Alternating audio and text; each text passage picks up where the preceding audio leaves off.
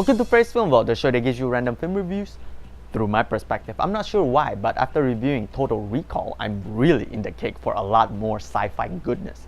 So you could expect more of that in the coming episodes. Are you excited? Cause I sure am. So in honor of FFV's first mini sci-fi marathon, and yes, that was decided at the last minute, let's check out the original 1968 Planet of the Apes classic, shall we? Discover Planet of the Apes.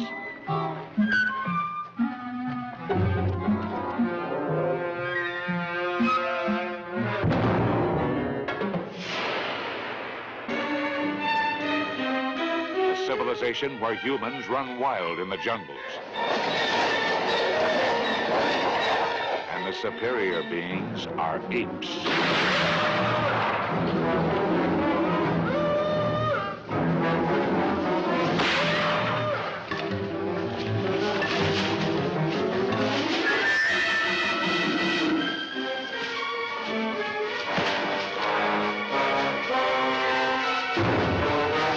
I knew of the existence of the Apes franchise but never really got hooked to it, mainly due to the fact that my first exposure to it was Tim Burton's 1998 version with Mark Wahlberg.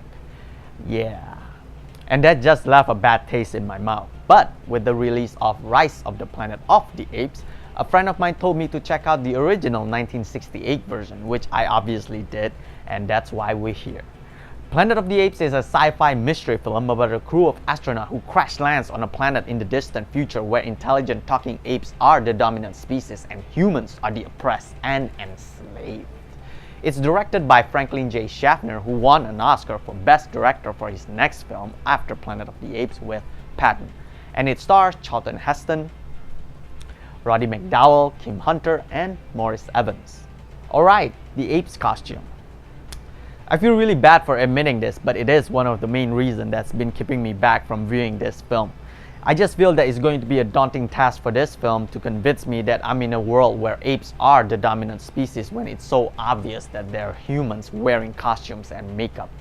Even though during that time they were considered amazing and landed John Chambers with an Oscar for his outstanding makeup achievement in the film, however, in my personal opinion, I didn't think the makeup and costume stood the test of time. But that's beside the point, since the story just got me so hooked from the very beginning that when the apes did appear, I was already invested so much in the plot that I didn't even care about it anymore. Which is not a surprise when I find out that the screenplay was written by Michael Wilson and Rod Sterling. Now that's a double whopper. Not forgetting the performances done by the actors and actresses in this film were great as well, although Charlton Heston most definitely stole the show with his portrayal as Captain George Taylor, because without him, I'm not sure if I'll be as hooked as I was with this film. The three acts within this film are just amazing. They feel very detached but came together so brilliantly at the end, if you know what I mean. The same could be said with the tone and look for this film. I can bet that your eyes will be pleased with its overall visuals. So I'm giving this an epic, which shouldn't be a shocker since this is a sci-fi classic that ends up launching a whole franchise of its own. So if you're like me, a lover of sci-fi and yet was put off by the old school makeup and costume, give this a watch and I guarantee that you will not be disappointed. Now the tribunal has placed you in my custody for final disposition. Do you realize what that means?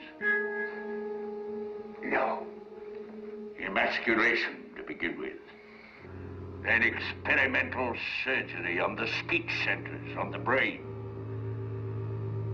Then a kind of living death.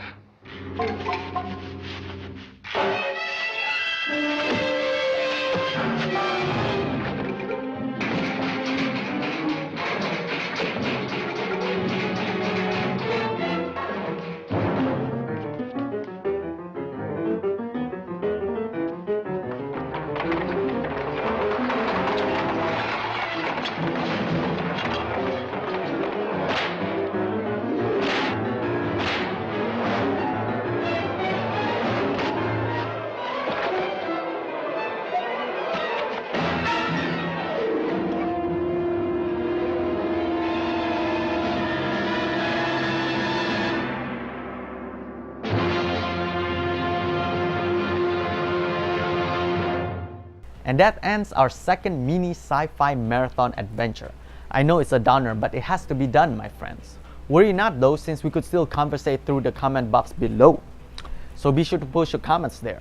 And if you like the show, you could show us your love and support by subscribing. It's just one click away, super simple. But that's it, peeps. I'll see you at the next review with the third of our mini sci-fi marathon.